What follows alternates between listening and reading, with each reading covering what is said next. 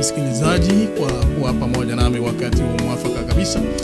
Kabla ni kuachilia nyimbo zingine, leo niko hapa kwa ajili ya mwongozo wa kusoma Biblia, na kama kawa ni katika lugha ya Kiswahili ambapo nakuletea makala haya. Na bila kupoteza wakati, ningependa nikuletee makala ya siku ya leo ambayo tunazungumzia jambo kuu ni kujiandaa kwa ajili ya mabadiliko. Unajua mpendwa, huu ni mwongozo wa juma hili. Ikiwa uko na lesson yako, hebu fungua ili tuweze kujifunza pamoja. Hebu tuombe. Mungu na Baba yetu, tunakushukuru tunapofungua maandiko matakatifu, utongoze katika jina la Yesu. Amina. Asante mpendwa. Kujiandaa kwa ajili ya mabadiliko ndiyo mada yetu siku ya leo. Na kwa ajili ya somo hili tutafungua kitabu cha Wakorintho wa kwanza 10, Mwanzo 2, Wakorintho wa kwanza 13, kisha tutamatishe na Samueli wa kwanza, Zaburi 71 na Wakorintho 15. Na fungu kuu la kukariri siku hii ya leo ni Zaburi 85 na mstari wake ni wa 13, na nitasoma. Haki itakwenda mbele zake, nayo itazifanya hatua zake kuwa njia. Wapendwa, maisha haya yamejawa na changamoto.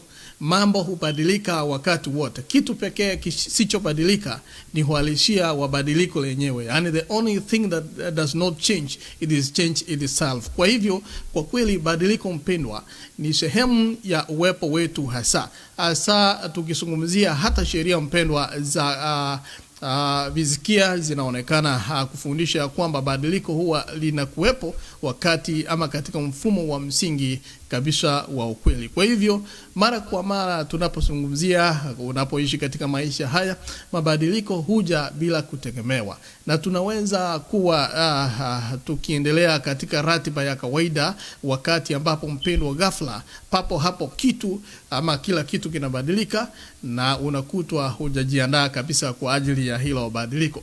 Kwa hivyo mpendwa, kwa upande mwingine, nyakati fulani tunaweza kuona mabadiliko yakija. Tunapewa maonyo kabla, ishara mpendwa, dalili zinazotufanya tujue mambo yanakwenda kuwa tofauti. Kwa hivyo ikiwa ni mvua inaenda kunyesha, unaona mawingu, ndipo Waswahili wakasema dalili ya mvua ni mawingu. Kwa hivyo kabla jambo fulani libadilike, kabla badiliko litokee, tunakuwa na maonyo kabla. Yaani tunakuwa na ishara, kisha tunakuwa na dalili zinazotufanya tujue kuwa jambo fulani linakwenda kuwa tofauti. Kwa hivyo mpendwa, inapokuwa hivi, ni jambo la hekima kwanza kujiandaa. Waanze kujiandaa kwa kiwango kinachowezekana. Kwa nini? Kwa ajili ya kile tunachoona kikija. Kwa hivyo mengi kati ya mabadiliko haya mpendwa ni makubwa. Tunazungumzia mabadiliko katika ndoa, tunazungumzia mabadiliko katika watoto, uzee, hata kifo. Na ni kweli mpendwa, hatuishi katika hali ya kutengwa. Hii ikimaanisha kwamba mabadiliko yanayotujia yanaweza kugusa familia zetu, na tena kwa viwango vikubwa. Kwa hivyo mpendwa, wakati huo huo mabadiliko kwenye familia zetu yanaweza pia kugusa kila mwanafamilia. Kwa hivyo badiliko ni jambo la muhimu, na ni jambo ambalo wakati mwingine, kama vile ambavyo nimeanza kwa kusema kuwa maisha haya tunayoishi mpendwa yamejawa na changamoto, na mambo hubadilika kila wakati ama wakati wote. Na kitu pekee kisichobadilika tumesema ni uhalisia wa badiliko hilo lenyewe. We are certain that change must occur. Kwa hivyo sehemu ya kwanza nisungumzie kutokuwa tayari. Labda wacha nipate mwongozo wa kusoma Biblia wa Kiingereza, labda ninapokuletea makala haya ili tuweze kuyasoma moja kwa moja. Katika Kiingereza inasema preparing for change, na sehemu ya kwanza inazungumzia unprepared. There is one thing about the word of God, it does not gloss over the realities of human life. Wapendwa, katika jambo la kwanza anazungumzia ni kutokuwa tayari. Kuhusu neno la Mungu mpendwa, lipo jambo moja: huwa alifichi juu ya uhalisia wa maisha ya mwanadamu. Kinyume chake mpendwa, huwa linawadhihirishia na linawadhihirisha katika ubaya wao wote na nyakati fulani mpendwa, kutokuwa kwao tayari na kukata tamaa. Kwa kweli, isipokuwa kwa kurasa zile chache mpendwa za awali za Biblia na zile chache za mwisho, yani ukianzia Mwanzo na katika sehemu ya mwisho kule Ufunuo, neno la Mungu linaonesha taswira ya kusikitisha ya jamii ya kibinadamu. Hata Paulo katika kitabu cha Warumi, neno la Mungu mpendwa, Paulo hakutia chumvi alipoandika hivi. Anasema Warumi 3 mstari wa 23, anasema kwa sababu wote wamefanya dhambi na kupungukiwa na utukufu wa Mungu. Kwa hivyo hata Paulo hatilii chumvi mahali popote, naye anadhihirisha kuwa badiliko lazima linatendeka. Na yeye anasema kuwa kwa sababu wote, yani binadamu wote wamefanya dhambi na kupungukiwa na utukufu wa Mungu. Na tukielekea katika Wakorintho wa kwanza 11 hadi 13, utaona ni maonyo gani yaliyomo humo, vile vile na ahadi gani ambayo inatolewa. Lakini mpendwa, kwa wepesi sana, kwa namna nyingi matendo yetu mengi maishani yanaonyesha tu namna tunavyoitikia badiliko. Tunapokabiliana na mabadiliko mpendwa, na mabadiliko wakati wote, changamoto kwetu kama Wakristo ni kushughulika nayo kwa imani, tukitumaini katika Mungu na kudhihirisha hivyo imani kwa njia ya utii, licha ya kujaribiwa kufanya vinginevyo.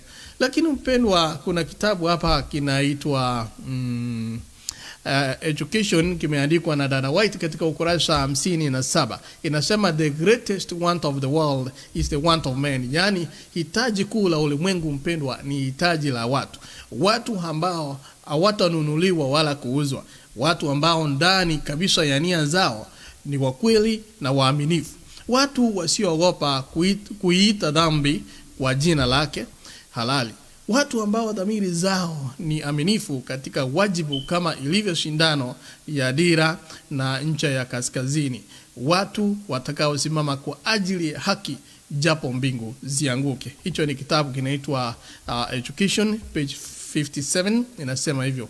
Kwa hivyo mpendwa, maneno haya yalikuwa ya kweli kwa Israeli ya kale, kama yalivyokuwa wakati wa Dana White anapoandika, na kama yalivyo ya kweli wakati huu ambapo tumo hewani sasa.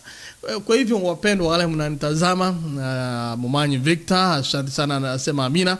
Naendelea kuwatizama, nitaweza kuongea nanyi hivi karibuni. Ni makosa gani mpendwa ambayo watu waliyafanya katika mafungu haya ambayo tumeyasoma wakati wakikabiliana na badiliko, na tutaweza kujifunza nini kutokana na makosa yao. Kwa hivyo mpendwa, ninapokuchezea wimbo huu, hebu utafakari ninapokupeleka ama ninapokuchukua katika sehemu ya kwanza, maana tunazungumzia mabadiliko, na badiliko lingine nazungumzia hapa ni badiliko katika ndoa, siposhughulika nayo kwa namna iliyo sahihi. Kwa hivyo tena mpendwa, bila kujali kama mabadiliko haya yanatarajiwa au kama ni sehemu tu halisia ya maisha, inatupasa tujiandae kwa ajili ya yale yanayokuja, kwa yale yanayoonekana na vile vile kwa yale yasiyoonekana.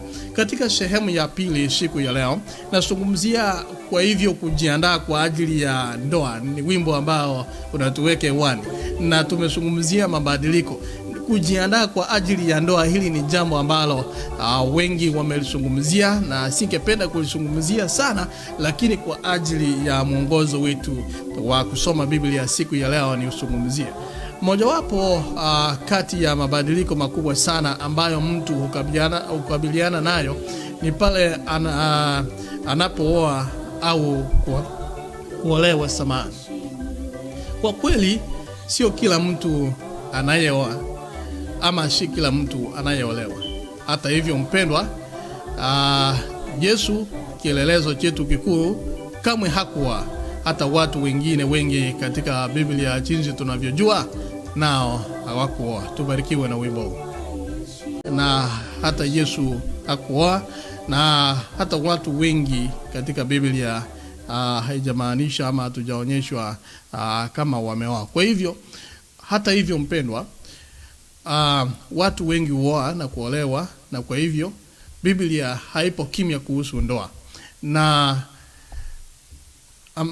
tunapozungumzia ndoa ambayo ni hakika ni moja ya matukio makuu katika kubadilisha maisha katika mabadiliko haya.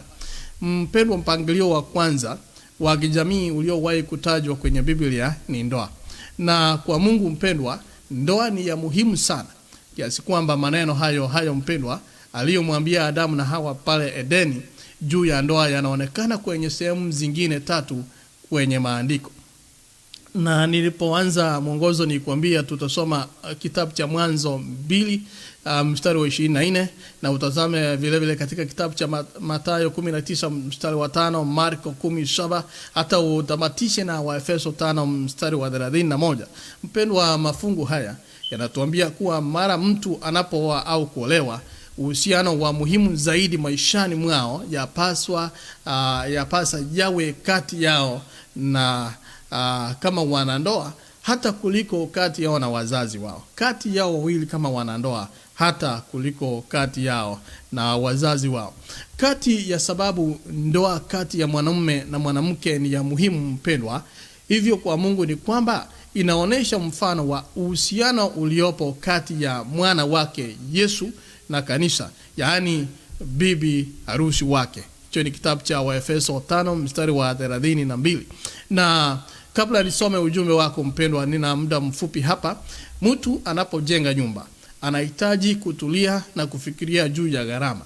Ukisoma Luka 14:28 na kuambia ni jambo la muhimu zaidi kiasi gani mpendwa mtu anapokwenda kutengeneza familia. Ikiwa mtu anakaa, anajiandaa, anafikiria juu ya gharama ya kujenga nyumba, ni jambo la muhimu zaidi kiasi gani pale mtu mpendwa anapokwenda kujiandaa kutengeneza familia. Mpendwa, nyumba hujengwa kwa matofali na simenti. Vile vile hujengwa na mbao na vyuma, nyaya vile vile na vioo. Lakini familia hujengwa kwa kutumia vitu ambavyo sio lazima viwe vinashikika. Kwa hivyo unseen things can as well be used to build the family. Ukiendelea tutaona ni zipi baadhi ya tabia za muhimu sana mpendwa, ambazo ni muhimu katika nyanja zote za maisha, lakini ni muhimu mahususi kwa wale wanaojiandaa kwa ajili ya ndoa. Wasome kitabu cha Wakorintho wa kwanza mstari wa 13.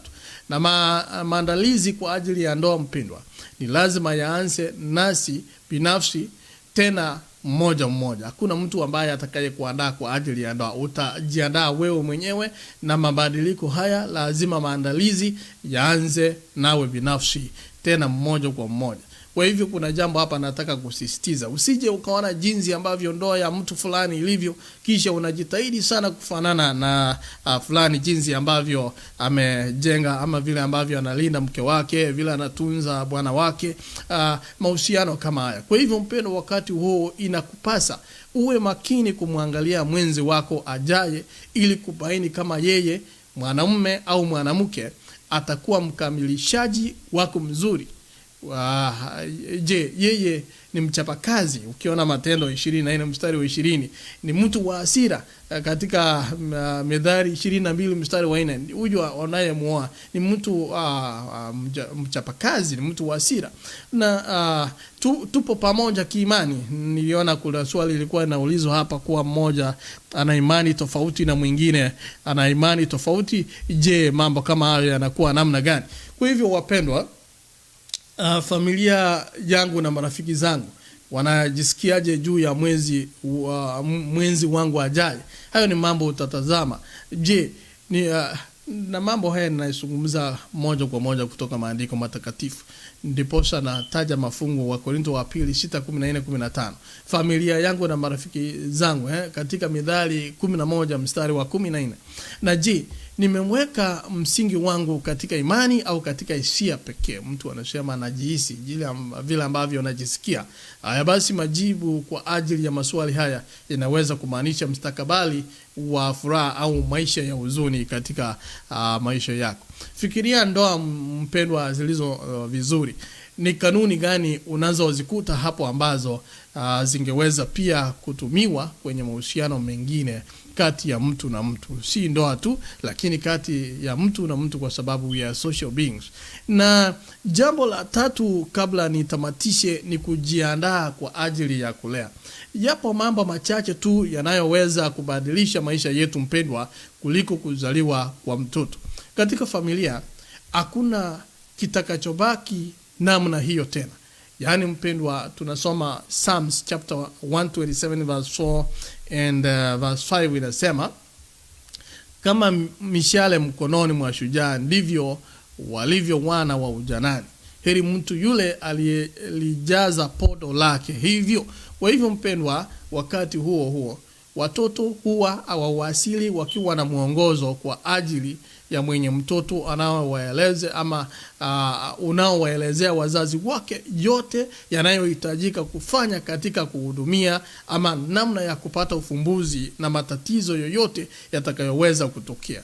Kwa hivyo mpendwa, hata wazazi wenye uzoefu, wale wanasema unajua mimi nimekuwa na watoto wengi, nimezoea, hata wazazi mpendwa walio na uzoefu nyakati fulani utatizwa na matendo, maneno au mitazamo ya watoto wao. Kwa hivyo kama ilivyo muhimu kujiandaa kwa ajili ya ndoa, ni muhimu pia kwamba wale wanaotarajia kuwa wazazi wajiandae kwa ajili ya wajibu huo mkubwa.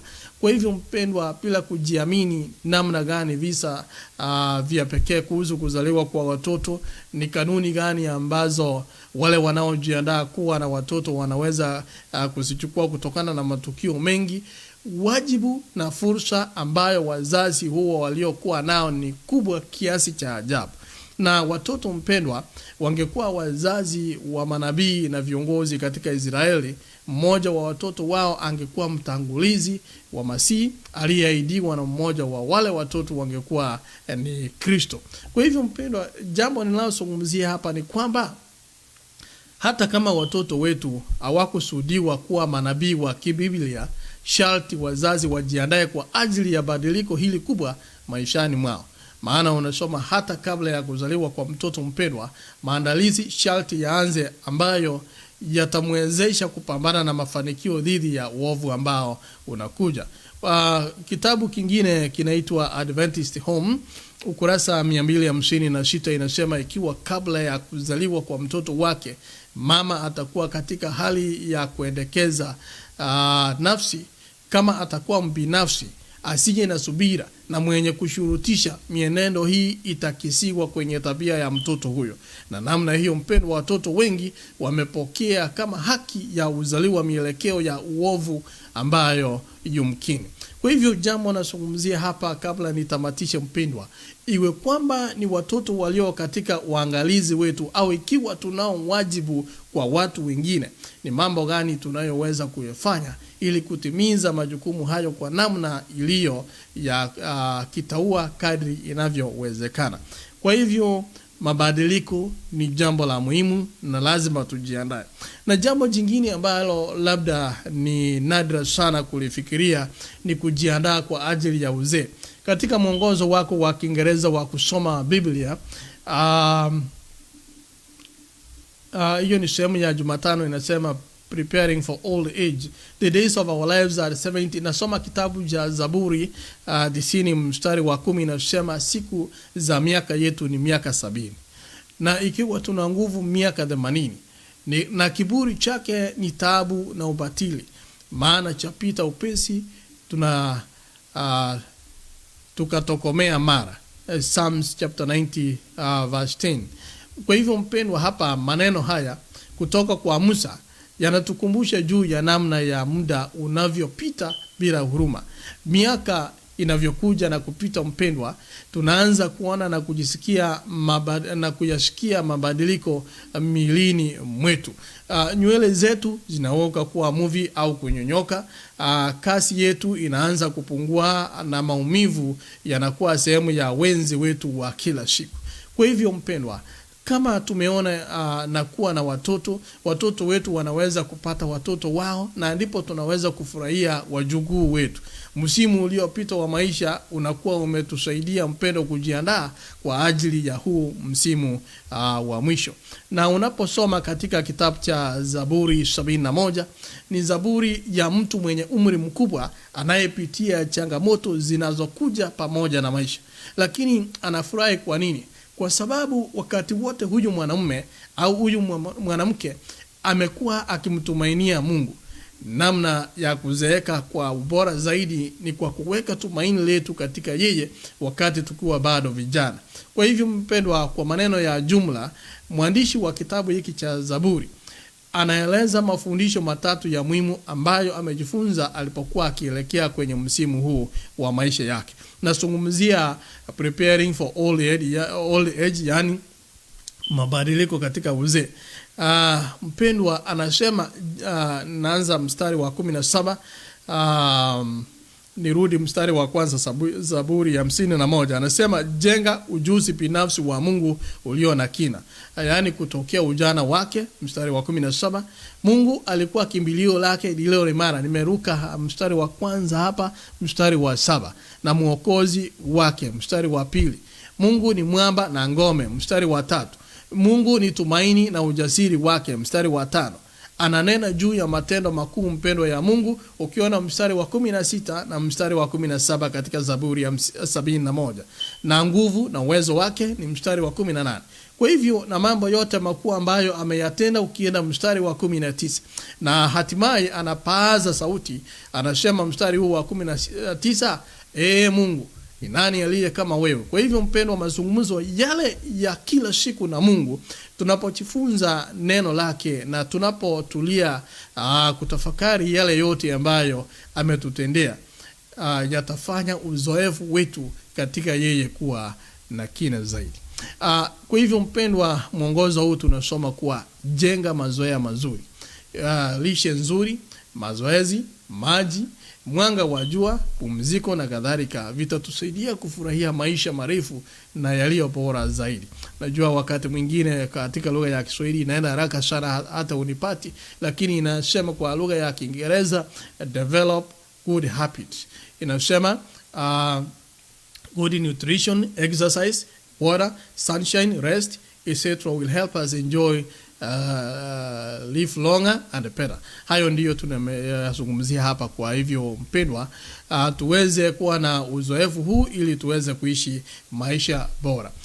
Vile vile mpendwa,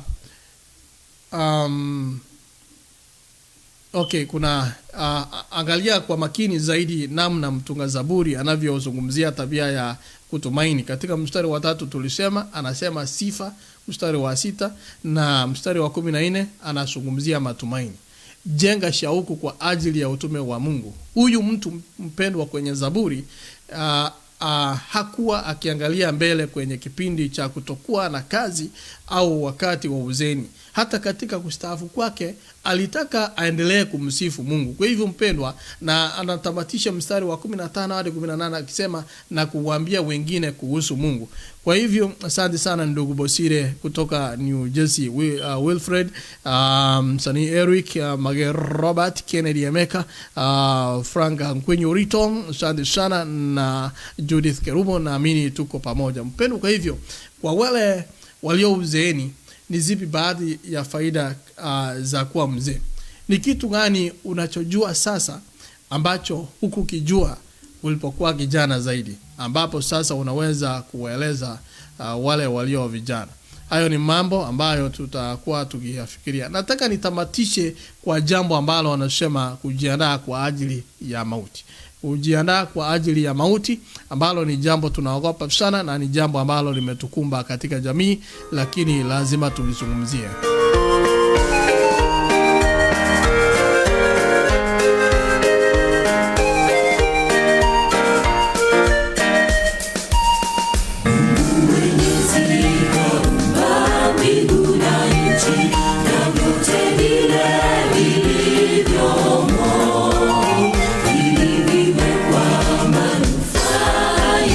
Sisi pendo lake karibisho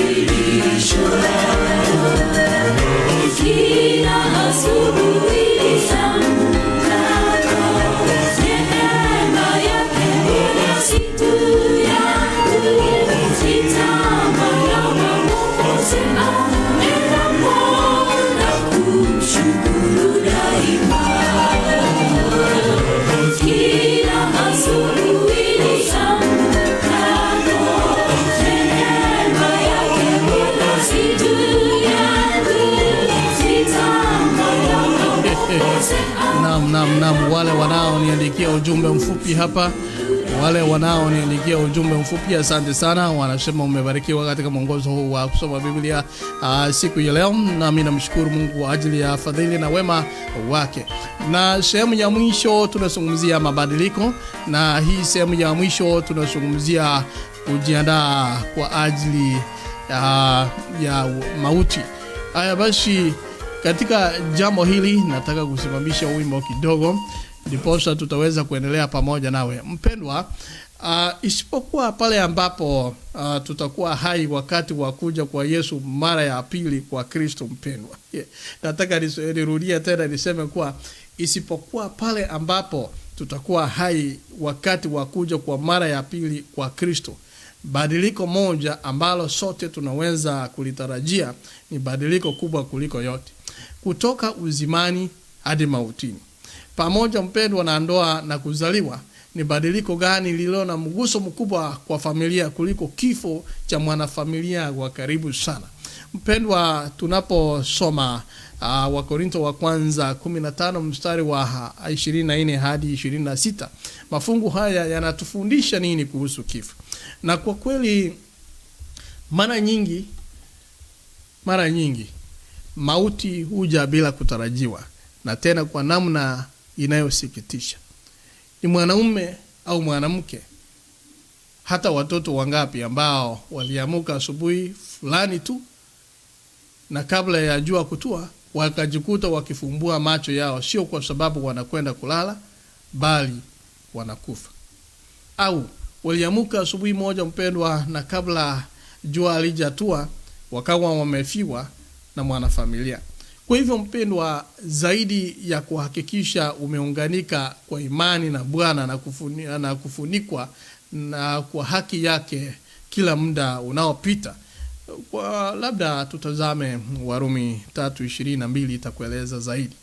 Uwezi kujiandaa kwa ajili ya kifo ambacho ukioni kikija, iwe kwako mwenyewe au kwa mpendo wako. Nataka kurudia kuwa uwezi kujiandaa kwa ajili ya kifo ambacho ukioni kikija, au iwe kwako mwenyewe au kwa mpendo wako. Kwa hivyo mpendwa, tunapozungumzia mabadiliko katika kifo, kwa upande mwingine, ungefanya nini kama ungelijua kuwa una miezi michache tu ya kuishi? Unajua kuna watu wanapatwa na terminal illness, wengine wanaambiwa una siku chache za kuishi. Wakati kama huo unaogopa sana, na naona wengine wanasema nitauza mali yangu, sijui ufanyie nini. Lakini mpendwa,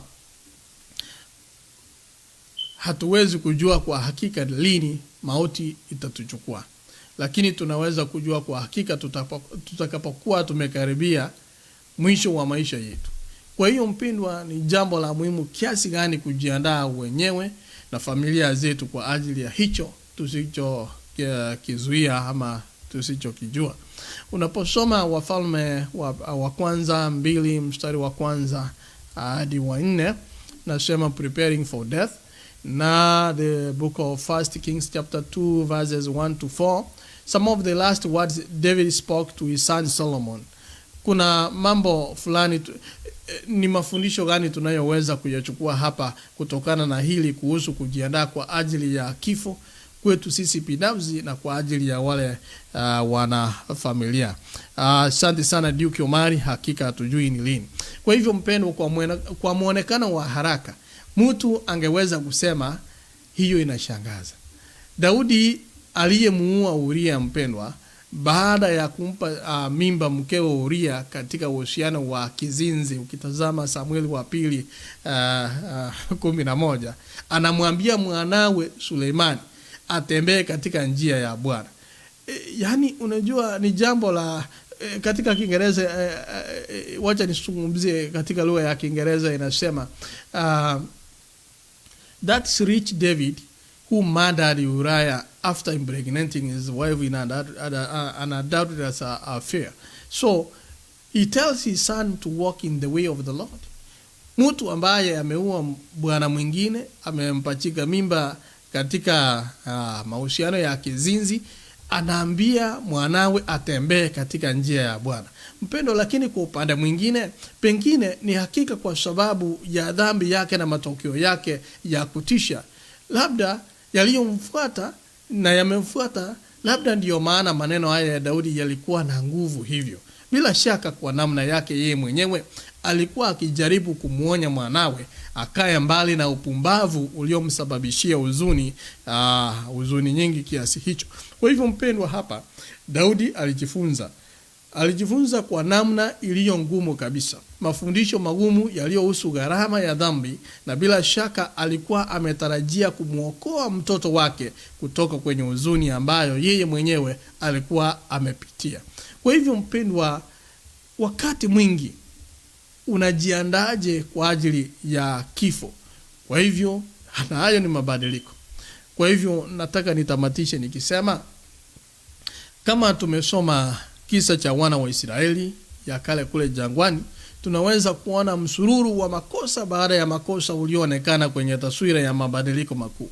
Lakini licha ya udhihirisho wa kushangaza wa upendo na uwezo wa Mungu, kwa kweli kabla Israeli hawajaingia hatimaye kwenye nchi ile ya ahadi, kabla na hata hivyo kukabiliana na badiliko lingine kuu, Musa anawaambia Waisraeli, ile Israeli ya kale maneno haya yafuatayo. Nataka kusoma. Anasema, macho yenu yameona aliyoyatenda Bwana kwa sababu ya Baal Beori. Maana wote waliomfuata Baal Beori Bwana Mungu wako amewaangamiza kutoka kati yako. Bali ninyi mlioambatana na Bwana Mungu wenu mnaishi kila mmoja wenu hata leo. Angalieni, nimewafundisha amri na hukumu vile vile kama Bwana Mungu wangu alivyoniamuru, ili mzitende katika nchi mwingiayo ili kuimiliki. Kwa hivyo anatamatisha akisema, shikeni basi, anatamatisha hapa akisema, zishikeni basi mkazitende, maana hii ndiyo hekima yenu na akili zenu machoni pa mataifa watakaozisikia amri hizi zote, na watasema, hakika taifa hili kubwa ni watu wenye hekima na akili, kama Bwana Mungu wetu alivyo kila tumuitapo. Tena mpendwa, liko taifa gani kubwa lililo na amri na hukumu zenye haki kama Torati hii yote ninayoiweka mbele yenu leo? Lakini jihadhari nafsi yako, ukailinde roho yako kwa bidii, usije ukasahau mambo yale uliyoyaona kwa macho yako yakaondoka moyoni mwako siku zote za maisha yako, bali ukajulishe watoto wako na watoto wa watoto wako. Nasoma hicho ni kitabu cha Kumbukumbu, by the way, chapter 4 verse 3 to 9. Wakati mwingine watu wanashangaa Kumbukumbu ni Deuteronomy, na ni muhimu sana kutambua mpendwa kwamba tusikumbwe na kile Bwana alichowatendea hao wana wa Israeli. Na mpendwa, kwa hivyo tunapozungumzia badiliko, na ni njia ipi iliyo bora ya kukumbusha mpendwa tuweze kuyakumbuka haya isipokuwa kuwafundisha wengine na wale wanaokuja baada yetu? Kuna watu wametangulia na kuna wale wanaokuja baada yetu. Kwa hivyo ni vema tuwafundishe ili tuyakumbuke. Tambua pia kuwa mpendwa, jinsi familia ilivyo ya muhimu sana katika yote haya. Katika neno hili mpendwa, kwamba inawapasa, wacha nirudie niseme, iliwapasa wafundishe mambo haya kwa watoto wao. Nayo dhambi ya Peori ni jambo ambalo lingekuwa la uharibifu wa maisha ya kifamilia. Naposoma kitabu kinaitwa Adventist Home, hilo ndio nukuu langu la mwisho, inasema, the crime that brought the judgments of God upon Israel was that of licentiousness. Kwa hivyo inasema kuwa uhalifu ambao uliosababisha hukumu za Mungu juu ya Israeli ulikuwa ule wa uasherati, yani ujasiri wa wanawake wa kutega roho za watu haukuishia kule Baal Peori. Kwa hivyo mpendwa, katika mwongozo huu wa juma hili, jambo muhimu tumelizungumzia ni mabadiliko. Na ikiwa utakapoenda kanisani hapo kesho ama kesho kutwa, najua mtayatafakari haya, lakini inabidi tujiandae kwa ajili ya mabadiliko. Kwa nini? Kwa sababu maisha haya yamejawa na changamoto. Mambo hubadilika wakati wote, lakini tulisema kuwa kitu pekee kisichobadilika ni uhalisia wa badiliko hili yenyewe. Kwa hivyo mpendwa, badiliko ni sehemu ya uwepo wetu hasa. Hata sheria za fizikia tumesema zinafundisha kwamba badiliko huwa linapokuwepo katika mfumo wa msingi kabisa wa ukweli lazima litokee. Kwa hivyo mara kwa mara mabadiliko huja bila kutegemewa, na tunaweza kuwa tukiendelea katika ratiba ya kawaida, wakati ambapo ghafla papo hapo kila kitu kinabadilika na kutwa hukujiandaa kabisa. Ni heri upate kama umejiandaa. Hebu nisome ujumbe umeniandikia hapa watu wawili. Albert Maranga, nimepata ujumbe wako. Nyembeki Naomi, asante sana, nimepata ujumbe wako. Dada Magdorcas Usoro, asante sana. Kumbukumbu la Torati Onyingwa Alfred katika Kegusi naitwa Ukoiranira kwa machiko. Yeah, that's the right thing. Asante sana. Najua kuwa umelipata hilo. Asante. Na Duke Omari, nimepata ujumbe wako. Mama Monica kutoka California. Eric Obiri Babu, asante. Danvas Kibagendi, Vincent Tongi, asante sana. Chantel, Nancy, na wote ambao mmenitazama nimeshukuru. Asante kwa kuwa pamoja nami, na hadi hapo wakati mwingine. Mungu na bariki, na tunapoendelea kubarikiwa na nyimbo hizi ili tuweze kuwa na mabadiliko yale ambayo yanahitajika katika maisha yetu. Asante sana. Majina yangu kama kawa ni Jeremiah Urino Kiri, na ni ndani ya AGR Live, ndani ya